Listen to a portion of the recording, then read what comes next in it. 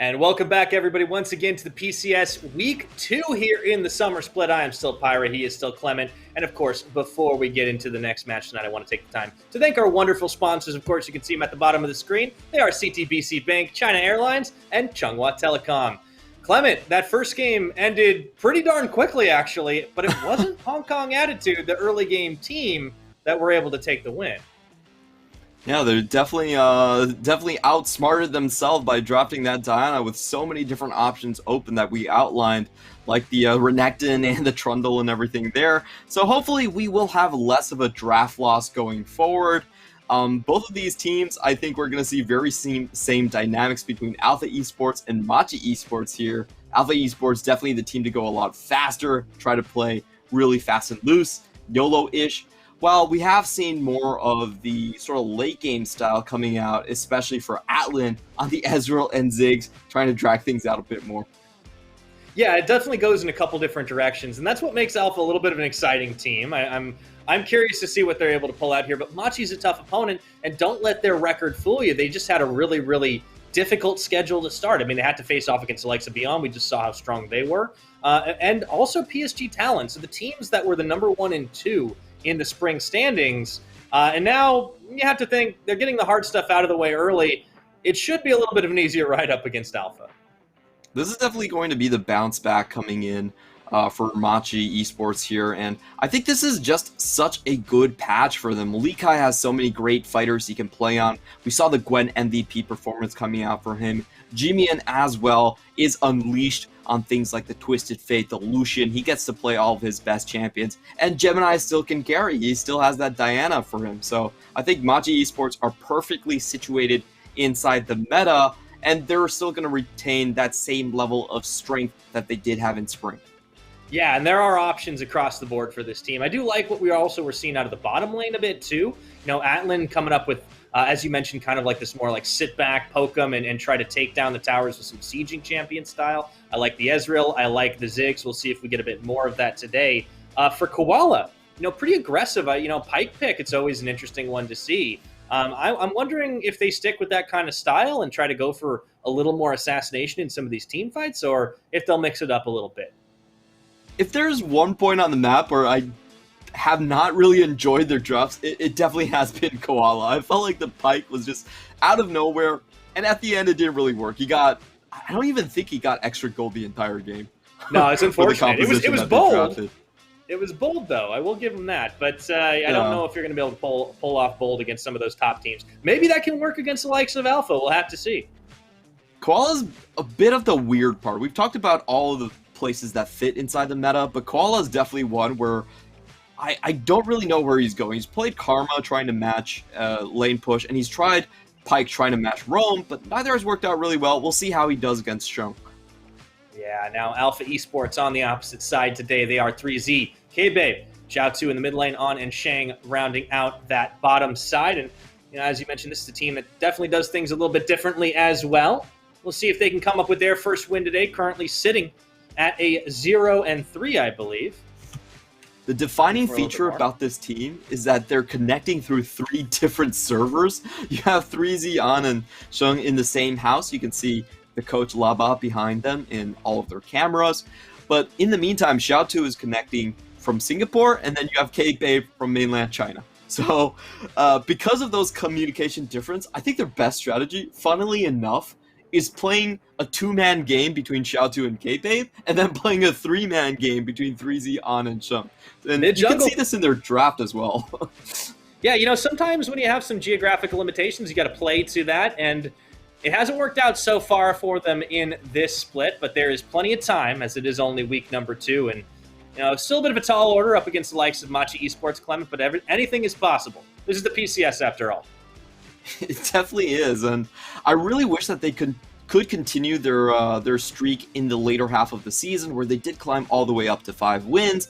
But first off, we have to take a look at the jungle positions. Gemini, I would say, is much more of a teamfight carry, while on the flip side, K-Babe is sort of your macho man going solo all the time and trying to play against the fact that he really has a lot of comm issues against the rest of the team. For most of the game, he's just going to be running solo into the enemy jungle and trying to outduel the opponent. So we've actually seen still a lot of Olaf bans against K-Babe, even though Olaf isn't even that top tier in the meta anymore. We should still expect that from him. In the flip side, I feel like Gemini has a lot more range. The Viego and Diana, these champions that do require a little bit of coordination in team fights, he's going to get a much easier time with that, just because everyone is still in the same room. I'll certainly be tracking the jungle matchup in this game. And yeah, you know, I feel like if there's a strategy for the side of Alpha, it's disruption. They have disruption in their own comms. They got to get disruption on the enemy team as well, Clement. If they can pull it off, we'll have to see. But we are entering the picks and the bans. Starting with those bans, of course, Varus, Renekton on the Machi Esports side, and Nocturne ban that has become pretty standard. Akali will be removed from the board as well. One thing both junglers share, we saw Viego being a big pick, very powerful on this patch. And there is that Olaf ban that you were predicting. Yeah, that Olaf ban is just, it's such a testament to Alpha Esports trials and tribulations. K-Babe, I honestly believe that if he was playing in a low ping environment with the rest of his team, then he could shine as a player with very high mechanics. We've seen him do this before, especially against PSG, where they got off to a great start, basically doing an early invade and letting K-Babe out-duel River in his own jungle. But because of the comm issues, that seems to be their only strategy so far. And we'll see what K-Babe can go up against something like the Xin Zhao. You know, I love the Xin Zhao first pick. Xin Zhao is a great duelist. He pretty much wins all the 1v1s. I honestly think only Trundle can probably beat him with press the attack. But if you have a Xin Zhao early first pick, he's one of the highest win rate champions that we have in the PCS, and he can fight anything, which pretty much shuts down Alpha Esports strategy with K-Babe. Yeah, you can see the priority. Both junglers picking in their first round. The Diana does come in, which means that Viego should be going topside for 3Z, and Machi will look to answer with a pickup for Jimmy. LeBlanc does get locked in. It should be his first of the split. Already showcased a pretty wide range of champions. This is such a funny draft for Machi. What they're doing is essentially they're taking away all of this esports strategy and asking them, what else do you have left in the tank? Once we take away Shatu's, LeBlanc, and take away your two-man game, you're going to have to play something that requires a lot more coordination. And they're just saying that Alpha Esports, we don't think you have the capability to pull this one off. And I think they're right. Whoa. Well, that must be a challenge, I think, for the Alpha side. They will get a lock-in of the Nautilus. That's something Sheng has been at least a little bit comfortable on. But yeah, this isn't going to be easy for Alpha in this game. I don't think it really ever is, but especially now as we enter the second ban phase, Aphelios is going to get removed. So I do want to see if Machi are going to ban the Lissandra. This is so far has been a 100% win rate for the Lissandra side of the matchup between the two, and it's just a very good counter pick. However, I will say that I'm not sure Lissandra actually even fits Alpha Esports' composition that well. It's going to be double AP mid jungle for the most part. And also in other leagues, you don't really see Lissandra being such a high ban priority. Lissandra is a pick that if you fall behind, she doesn't really have much of a late game to go back on. So I think that's going to be the critical pick that we see right here. And Machi, I think they just play it safe. As we said, 100% win rate in the matchup so far for Lissandra. Machi are not going to take the chance. Yeah, hedge their bets too, though. They do ban the Lucian out, which would give a little bit of mixed AP-AD between the mid-jungle. And On will go ahead and lock in the Jinx. Going to be a hyper carry bot side. I do like this. I mean, Alpha's saying this has actually been On's best champion. If you go back to Season 5, or he went to that quarterfinals, when he was actually a top 10 Korean player, this was the champion he was known for. The entire team played around him, made sure he got to go to the late game. And I think it's gonna force a very different tone from Machi. You know, Machi traditionally, their weakest lane has been their bottom side, so it could give an opportunity for them to be snowballed against. Yeah, trusting to some old favorites is never a bad idea. So for On, going all the way back, man, Season 5, that's about the time I got started casting League of Legends, Clement, if you can believe it. It's going to be a couple seconds to go, and Lakai will pick up the set. We already see the Callista Thresh bot lane locked in for Atlan Koala. Good combination. I really like that. I'm excited to see what ends up on the bottom side, but You know, it's made it all the way through the pick and ban so far. It has been the Dr. Mundo. And I thought Viego was going top. He's just hovering for funsies. Yeah, I'm not sure about picking the Mundo into this matchup.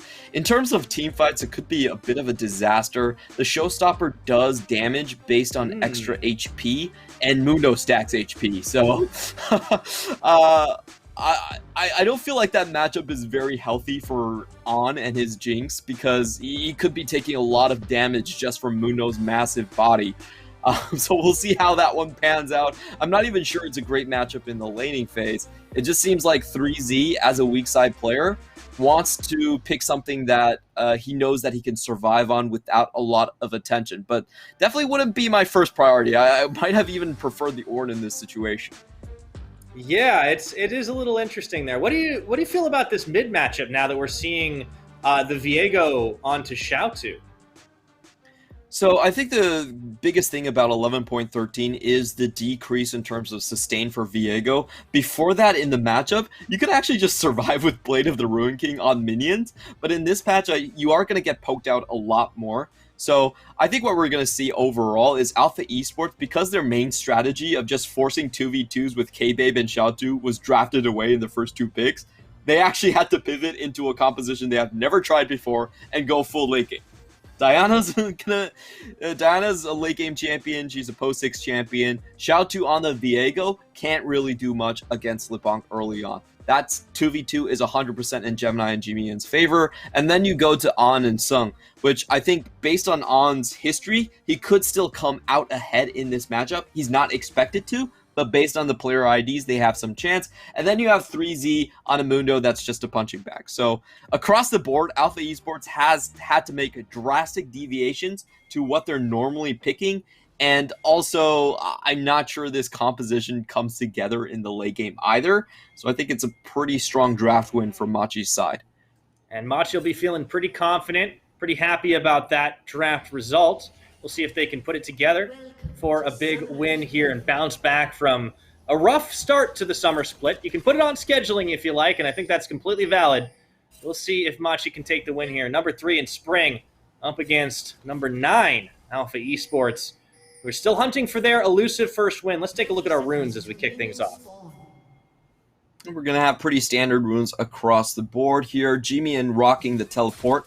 So not going for the crazy aggressive ignite. We have seen that a few times from Jimian in the past, but I personally do prefer the teleport. I feel like unless you're going for a super hard early 15 or die strategy, most of the time the TP is going to be the safer bet here. In the meantime, you know, Mundo has been a champion that's relatively new, but has popped up as the go-to sort of blind pick that we have seen coming out from the top lane. It does have a lot better wave clear compared to past Mundos. Now the Blunt Force Trauma, if you time it correctly, you can get a sort of cascading damage that goes through minions that you land the last hit on. So it does allow Mundo to push in better situations where he is left alone in lane.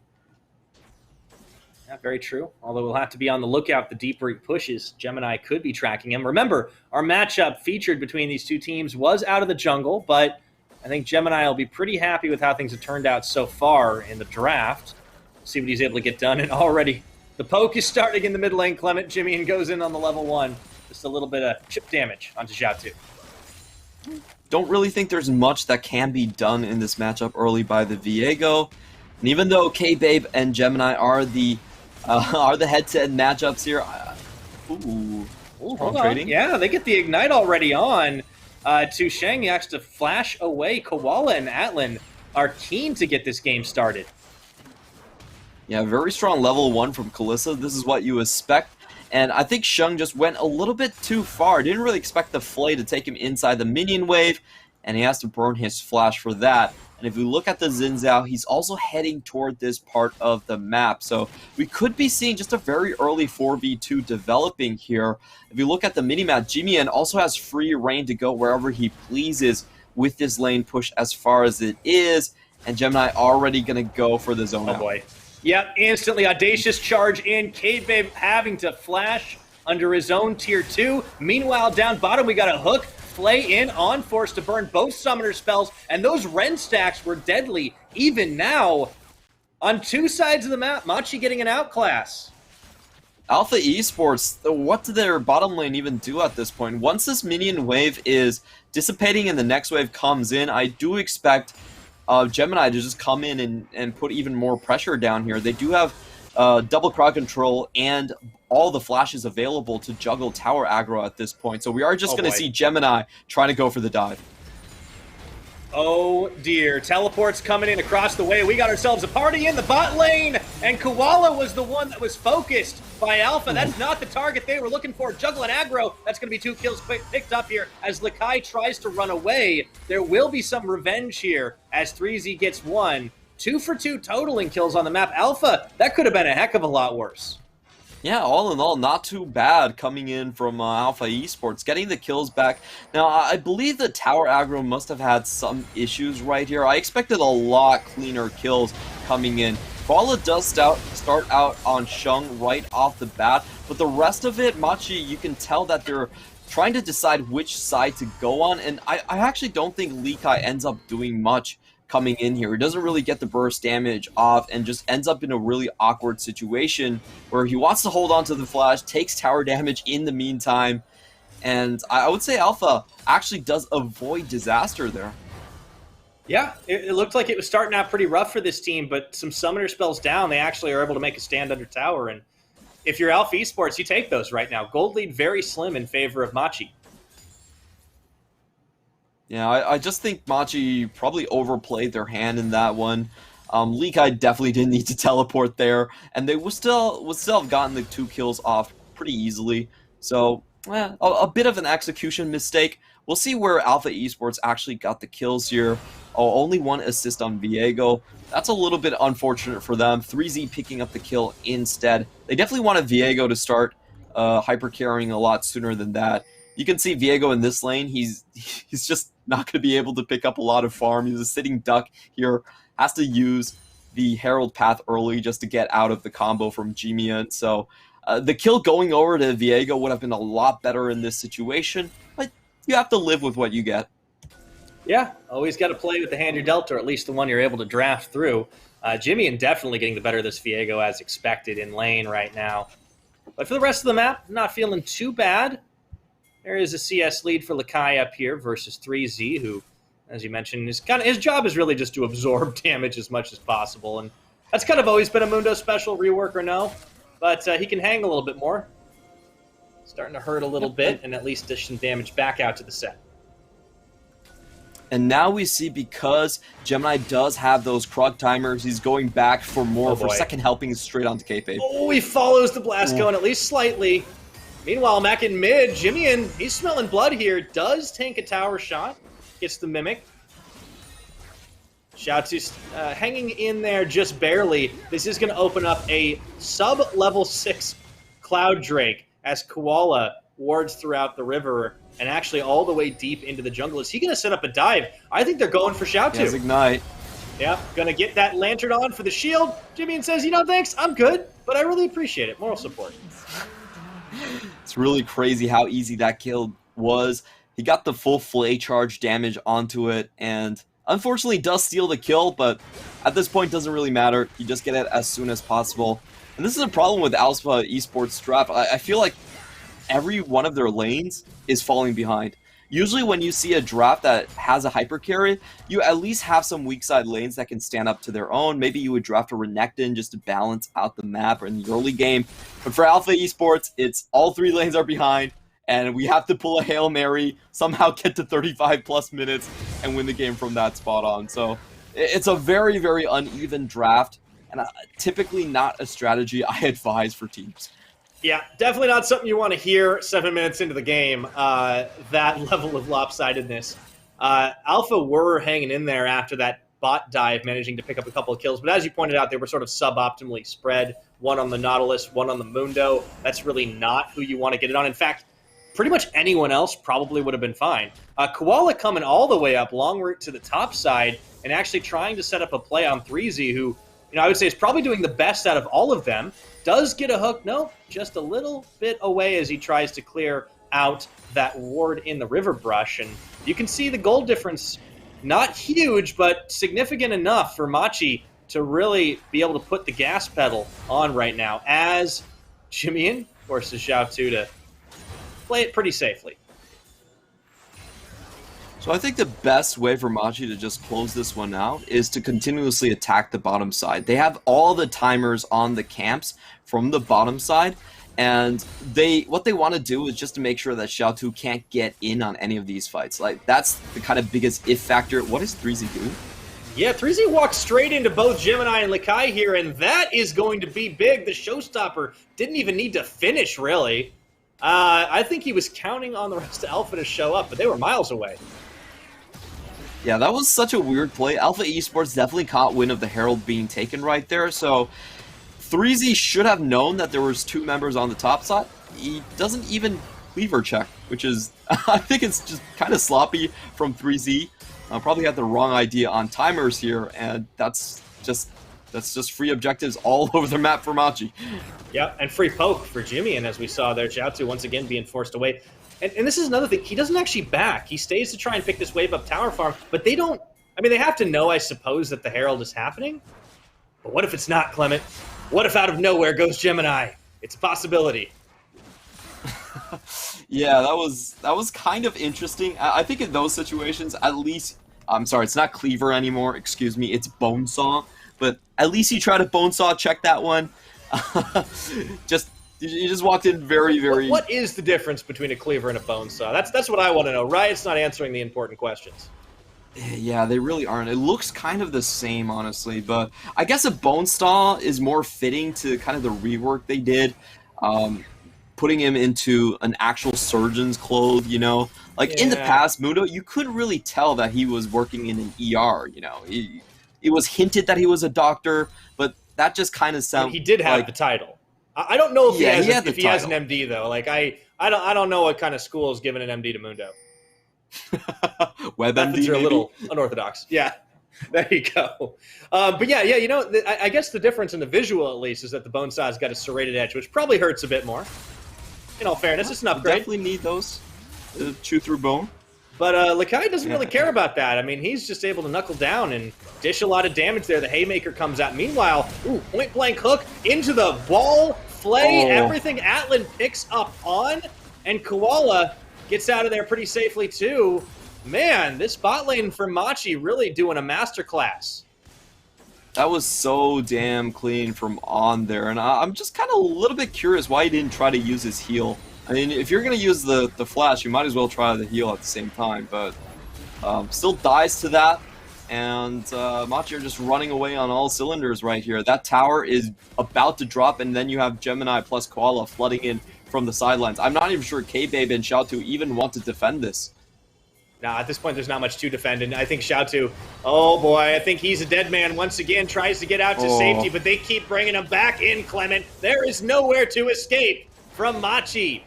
And they will be moving on to Tier 2 towers. This is starting to turn into a bit of a steamroll.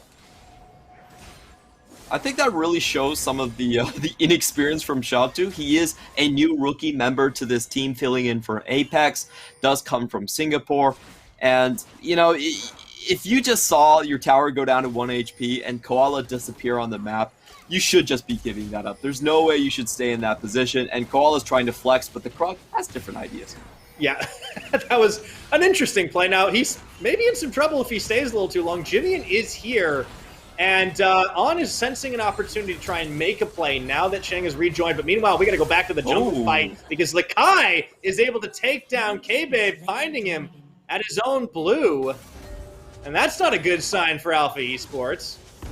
Yeah, K-Babe trying to outplay here. He flashes out of the Haymaker, but it just doesn't matter at this point. And we should point out the build coming in from Lakai. He's actually going straight Blade of the Ruin King. This is this is a build you only do when you are very far ahead and you know that you're not going to get bursted down anytime soon. He feels very comfortable just going for the straight damage item. It's going to help him win the duel in the top side, and because he's so far ahead, he's not going to get bursted down by anyone at this point anyway. We're going to take another look at the play coming out right here. Some cool flashy things done on the side of K-Babe, but it just doesn't matter. And he also goes back, which is kind of the weird part for me. I think he could have gotten out of that. But okay. All right. You do you, Meanwhile, on the K-Man. top side, I think Alpha, we did see 3Z expend everything, but he does survive out of the two-man game. Ooh, on very preemptively burning that heal, trying to play. I mean, oh, this is a rough spot to be in. Jinx 0-2. You're waiting for the pop off, but you're just not getting the help. That bot side play was the chance early on, the counteract, but unfortunately you don't pick up the kills. You don't get the gold in your pocket. You might get excited, but it doesn't last for very long. Meanwhile, Koala and Gemini roaming here, but they run 2v3, or is it 3v3? Is Jimmy's still here? And they're just getting bullied way back, and I don't know, K-Babe, there is nowhere to go but a blast cone, stunned, and the damage, the follow-through on the audacious charge. Gemini is going to start with 1, pick up 2, they're looking for even more blast cones taken. Gemini says, no, I don't need that. I can walk out the long way, and it's perfectly fine. On solo here under tower, and Koala secures the kill.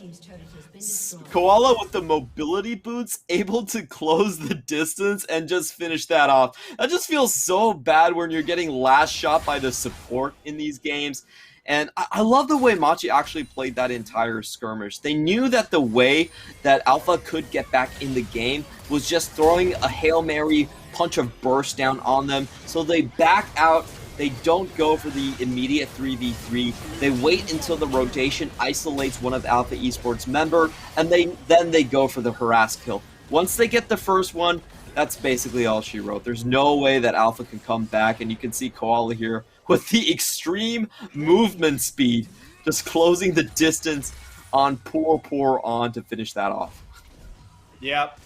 I think the only Machi member that wouldn't be happy about that is maybe Gemini, because he absorbed so many shots on the way out, and he actually just walked away from that. Didn't even take the lantern, just walks the long way around and almost finishes off the Jinx himself. Now, looks like that mythic item is completed here for On, so they will finally get at least 1 down.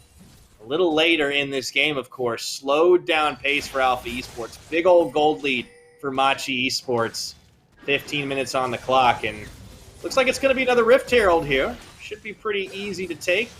3Z sniffing around, but there's not a lot Alpha can do to try and contest these objectives at the moment. There definitely isn't. Again, I want to point out the items from Lekai. He went Execution second, which is pretty normal given the matchups, but in this sense, when you go Blade of the Ruin King first, you typically try to rush a tank item second, and this build from Lekai just says that he's never grouping with the team. He's actually just going to 1-3-1 until the end of times, and he's perfectly happy with it. So it's been working so far. Yeah, it definitely is, and if I'm K-Babe, I'm not sure I want to tip Lekai off. He sure is very squishy as a set, but at this point, you really need the rest of your team to take this guy down. And Leakai's a smart man. He does back out before the Moonfalk and the entire crowd control chain can pop in. Yeah, meanwhile, though, Jimmy's just getting completely uncontested push topside. And it's just going to be kind of this sort of 4-1 or 1-3-1 pushing in from Machi, just wherever they can find the opening. In fact, Gemini goes up just to pop the Eye of the Rift Herald, just for a little bit of extra push. And, you know, Alpha, they have no answer to either of these pushes. Yeah, it's going to be a 3-lane push at the same time. Gemini might have bitten off a little bit more than he can chew, but at the same time, Alpha Esports, they have to walk through so many wards. Oh, and Koala, really good hook into the box. The Fate Skull pulls him back. They're going to push right back into Shang. And it doesn't matter how tanky he is. There were way too many Ren stacks. And again, Koala takes the kill on the Ignite. They're not done yet. Gemini going in, deleting Xiaotu off the face of the Rift. And Machi, they do group as 5 just for those kills. Now, do they have the turnaround? It doesn't look like Alpha can find it. Double kill there for Atlan, as On is sniffing for something, anything. Needs a pop-off on this Jinx. Big Super Mega Death Rocket intercepted by Koala. Not enough. Looking for Jimmy, and that's the wrong LeBlanc, I'm afraid. And they just can't do it. Alpha Esports, the idea was correct to try and get a 5v5 where On was relatively safe over the wall, but Xiaotu just walks way too far forward in that one. I have to say that this is, again, inexperience from Xiaotu. If you just saw your support getting hooked here, you have to assume that there are tons of wards in that brush. In fact, he even sees the TP, but still walks in back and gets hooked again. It was just such a weird play coming from Xiaotu.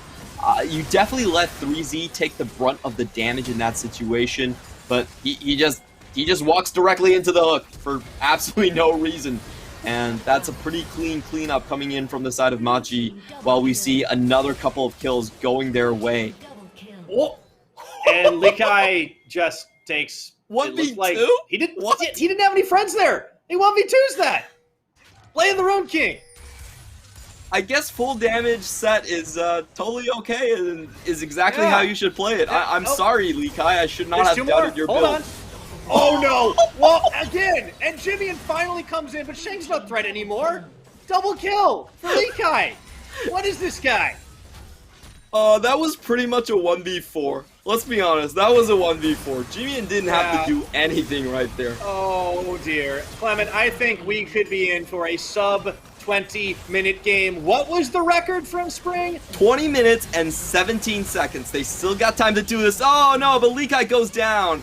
He does. On finally gets himself on the board with a kill before getting immediately popped off the map. And the rest of Alpha Esports are going back to Fountain the Express route. That's going to be 2 inhibitors. And will they keep pushing? 19 minutes and 20 seconds on the clock. They're letting the minion waves come in here.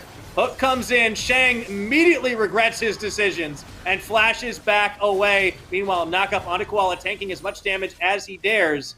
And as the death timers are not that long yet, Clement, they're going to back away, so this game won't end just yet. I was a little bit sad right there. I thought Machi had to swing out the history books, but unfortunately for them, Likai does go down, and there's no teleport on their top laner, so they're not really going to finish that one off.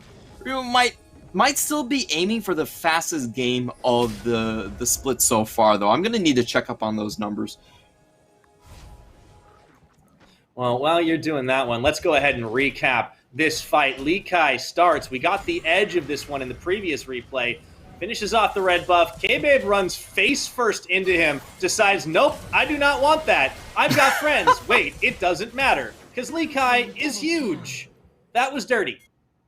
Could you imagine if he was able to bring Mundo into Jinx? That's all I want to see. You talked about that one. Yeah, nothing else matters. I just want to see the big Mundo dealing damage to his own team. That's all I live for at this point. Well, I don't know if it's going to matter one way or the other. It looks like they're trying to close the jaws here, and Jimmy comes in with the burst damage. Double kill in the blink of an eye, and Likai starting to clean up. The triple kill comes in for the Machi mid laner, and we're still not 21 minutes in. A quadra kill for the LeBlanc. That is going to be it. That is going to be GG, and Machi, after a rough start to this split, are going to come thundering back for a convincing doesn't do it justice, Clement. A absolutely stomping victory. They're not even going to end until they bring Likai through. 21 minutes and 11 seconds just about, and there goes the Nexus. GG. That was one of the few games of League of Legends that wasn't even decided by objective fights. That was just pure laning stomp into a decimation by 131. Really well done on Machi's side, but a little bit disappointing from Alpha Esports. I think once again, 2 times in a row, we are seeing just straight draft losses come out from one side of the team. I think that draft was way too ambitious from Alpha Esports. There was no way that they were going to be able to hang on by drafting 3 losing lanes and just playing a strategy that honestly they have not played before this entire year. Yeah, Alpha really needed to find something when their very comfortable picks got disrupted early, but unfortunately it seemed like there wasn't a whole lot to scrape from the barrel, and they're going to need to find some new tricks here, or they're going to need to find a little more comfort with the meta as it stood. I mean, I don't think banking on a veteran player who has a history of popping off in the past on some very big champions like that Jinx is a horrible one. The problem is you need a lot more coordination to get to that point, and we just never saw Alpha really being able to get to that stage of the game where they were going to be relevant. And as you pointed out, some strange draft decisions. The Mundo, well, he didn't get body slammed into the rest of the team, as I know you were hoping for. He didn't really do a whole lot for them either. And 3Z also had some individually questionable plays, nearly checking into a brush on his face when the team was kind of making moves for him, and just everybody on Machi was able to pop off as a result.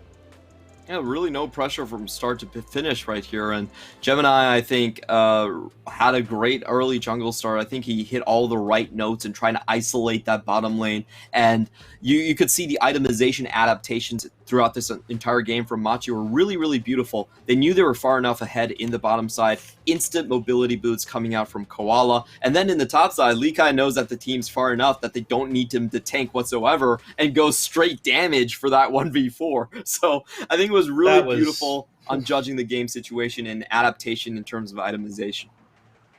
Yeah, no, really good plays from Machi, and that's one of the reasons why they are one of the top teams typically here in the PCS. And I think it won't be very long before we really see them reclaim that spot in the standings as things are going right now. And now we're waiting for that MVP to come in here, and I kind of feel like it almost, just in terms of like pure scoreline and what damage dealt is going to reveal, that one I think is going to be a little hard to call, because I feel like at every given point, everyone popped off. And then Koala was just there taking the kills away at the end. So even though he only had 3,500 damage to champions, he was just picking up kills left and right. But Jimmy, look at the damage at the end. That's a LeBlanc that managed that quadra kill at the end and really sealed the deal. But everybody really did exactly what they needed to on this Machi Esports side.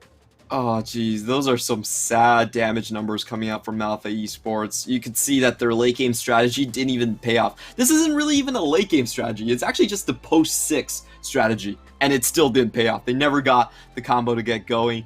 The mid jungle coming out from them, dealing less than 10k damage combined right here. And once again, on Machi's side, we're seeing very similar phenomena across the board, but Atlan doesn't even crack 7k damage throughout the entire game. The analyst in me says that this MVP should have gone to Koala. I think him winning out the bot lane and securing those kills was probably most fundamental in Machi securing the victory, but the viewer in me agrees. If you get a quadra kill, hey, you deserve the MVP. Sometimes showing off is the way to make it happen. And yeah, Jimmy, he was bullying that Viego all game long. He had a little bit of help, but when it counted, he came in, and he just showed us all what a Assassin LeBlanc really can do. I mean, this is a champion that going back in the years is always kind of that terror that if you are isolated, you end up getting popped. But he was able to do it in a full-on team fight, and I love to see it in this meta. That champion has been such a crucial pick, and he made it look very, very good. We're also seeing that even the top teams in the PCS are choosing to ban out the Lissandra in the LeBlanc versus Lissandra meta. Now, once again, I've said that I don't think this is a matchup that is a must-ban. Oftentimes in the LPL, it's actually left open because Lissandra is such a binary champion. But if the top teams are doing it, my hunch is that we're going to see this throughout the rest of the split. Well, we got plenty of games to find out if that ends up happening, Clement. But of course, before we get into the next ones, we are going to be going to a short break. When we return, Boom Esports and Hong Kong Attitude. So don't go anywhere. You won't want to miss it. CTBC Bank is Taiwan's top financial institution. But we're not stopping there.